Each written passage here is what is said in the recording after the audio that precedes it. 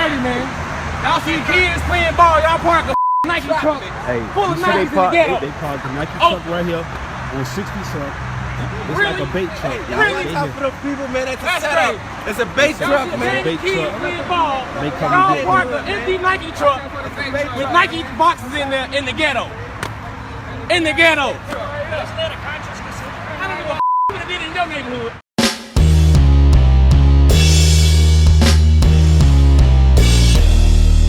How's everybody doing? My name is Anthony Brian Logan, and today we got to talk about this Nike truck kerfuffle that happened in Chicago. Now, this situation was really crazy, not because of the truck itself, but because of the reaction and the fallout and the eventual apology that happened as a result. Now, if you don't know what I'm talking about, if you've not heard about this, let's go back a little bit and explain what's happening. Now, Norfolk Southern Railroad, they left a truck, nondescript, a plain truck, had no Nike signs, no Christian Louboutin signs. It was a totally blank truck, and it was partially open. In the truck, you had some Nike shoes, may have been some Jordans, regular, whatever. I'm not really into the fashion, so I'm not really sure exactly what kind of shoes are even popular, but a bunch of expensive Nike shoes and also Christian Louboutin. These are like, I guess, dress shoes for women, heels and whatnot. These were just left in the truck right by a railroad. And the point of this was for Norfolk Southern, the railroad, not necessarily the Chicago police, but for Norfolk Southern to catch the thieves that are usually around these types of areas trying to steal from freight on a train, on a truck that's by a train or whatever. And they say that the reason why they do it is to try and get repeat offenders and also to infiltrate organized crime, because a lot of times you have gangs that routinely come to these places and steal cargo. So that was the reason why this particular truck was left in this poor Chicago neighborhood. That's a great segue into the reaction from this. People were out there protesting, talking about, how dare you leave this truck right here in this poor black community? You know that these people are going to steal because they don't have anything else. It's entrapment. First of all, let's talk about, they're going to steal. Listen, just because you're in a poor neighborhood, just because you don't have a lot of opportunity does not make it okay to do the wrong thing, right? And if it's me, if I'm in a neighborhood like that, which I have been, and I see this truck right here with a bunch of money or some shoes or something like that, I'm gonna stay away, because I'm like, okay, somebody probably planted this right here and the police are probably waiting in the woods on me, which is exactly what happened. They had the truck right there and the authorities were waiting off in the wings with binoculars and whatnot, waiting for somebody to go into the truck and take something from it. All right. It was a bait truck, just like having a bait car. And, that whole line about you can't leave this truck here because you're in a poor neighborhood, it doesn't make any sense, because what about a vehicle? If you leave a vehicle running outside of a 7-Eleven, is the person who did that wrong for enticing somebody to come actually steal the car? No. Whoever stole the car is wrong. Everybody knows that stealing is wrong. You want to take merchandise from a truck, you want to take the actual truck itself, you want to take a car that's running or a car that's not running, all of that is the same thing. It doesn't even really matter if the truck was left in the poor neighborhood, a rich neighborhood, if the truck was open, closed, to not steal. Is it tempting? I guess so, if you are the kind of person that thinks it's okay to steal, but just because it's tempting to you does not mean that it's okay to do. Not trying to rap. I'm just saying that's what it is. You can't just do whatever you want to do. And then people talking about, oh, it's entrapment. Entrapment?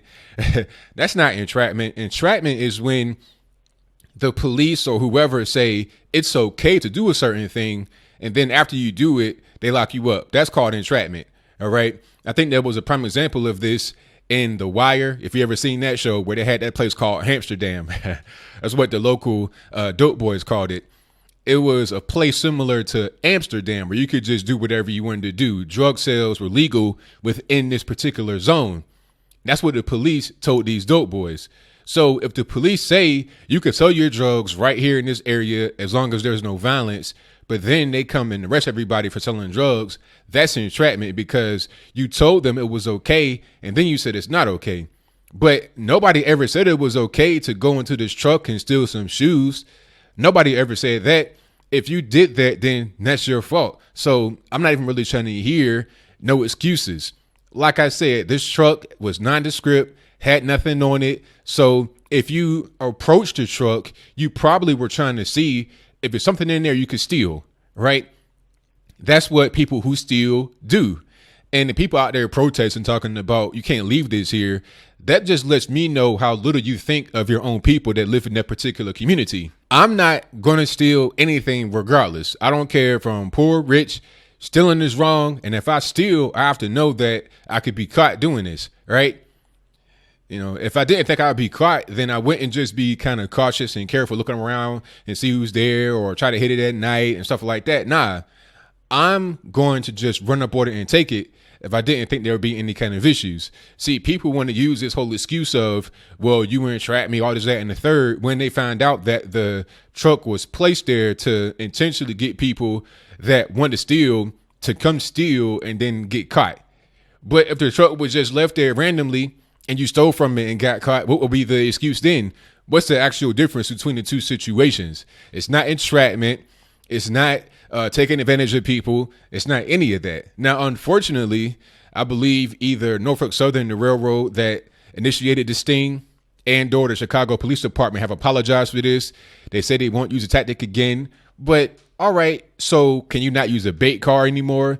Can you not use any kind of crime deterrent? And people wonder why the crime is so high in these low income areas. Well, if you were able to engage in preventative measures to stop the crime, maybe you will have less of it. But since you have to be reactive rather than proactive, you have a very high crime rate. And the beat goes on. You got 15, 20, 30 people shot over the weekend, 10 people murdered, 12 people murdered, most of them under the age of 18 or 21. That's okay, right? We're not too much worried about that. It may be the occasional protest when you have an especially high murder weekend that meets the news or that makes the news. But when you have a bait truck that's out there trying to prevent these criminals who engage in all types of crime. See, that's one thing people don't understand as I close.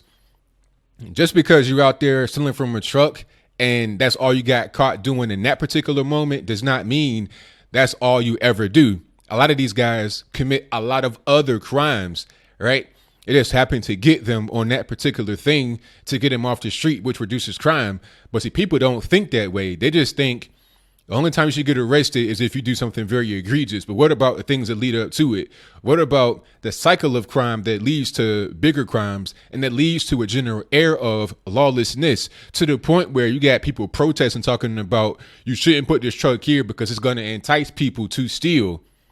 Nothing should entice you to steal. If you want to steal, that's your business. If you get caught, that's your business. Don't try and cry to Norfolk Southern, to Chicago police, state police, federal government, Trump, or whatever when you get caught doing the wrong thing. So that was on my chest. I really wanted to get it off. Bottom line is, don't steal, do the wrong thing, and don't cry to anybody when you get caught doing the wrong thing. So what do you think? Do you think that it was a good idea for Norfolk Southern to engage in this sting by having the so-called bait truck in this particular neighborhood right by the railroad? I mean, I think it is because, like I said, you're trying to weed out the criminals. You're trying to reduce crime by taking proactive measures. But hey, some people think that I'm wrong and need to take reactive measures and only arrest those who have been caught for egregious crimes, ignoring all the crimes that were small that led up to the bigger crimes. See, there's one thing I know about criminals, dope boys, whatever, as I close for real this time. They start off small. And then when that behavior is not checked at a certain point, they continue to get larger and larger with the kind of acts they commit. It's a never ending thing until they get to that one very egregious crime or the one time they get caught for a serious offense in general. Then they go to the penitentiary for an extended period of time. And people on the sidelines talking about he was a good boy, he didn't do nothing. Or they'll say, where were the people that could have prevented this from happening? How do we stop this cycle of violence? How do we stop this cycle of criminal behavior? Well, there are certain things you can do, but do the people of the community want those things to happen?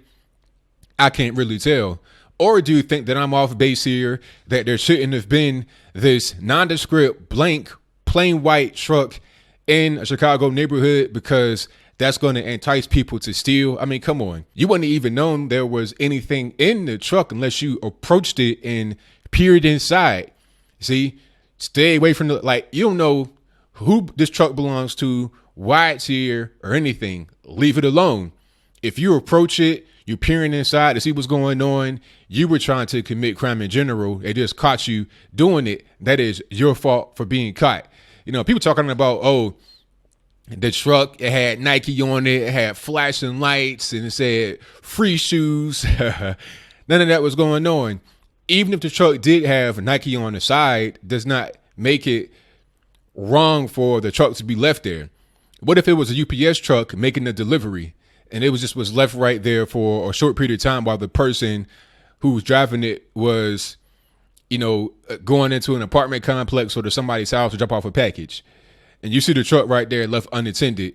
Doesn't mean it's okay for you to go inside, because, you know, in a UPS truck, you got a lot of stuff from Amazon, a lot of electronics, you know, cell phones, all kind of good stuff that's probably worth more than what would be on a Nike truck. So it doesn't make it okay for you to go hit this UPS truck while it's being unattended because it's left in the poor neighborhood and you don't have anything else to do to make money.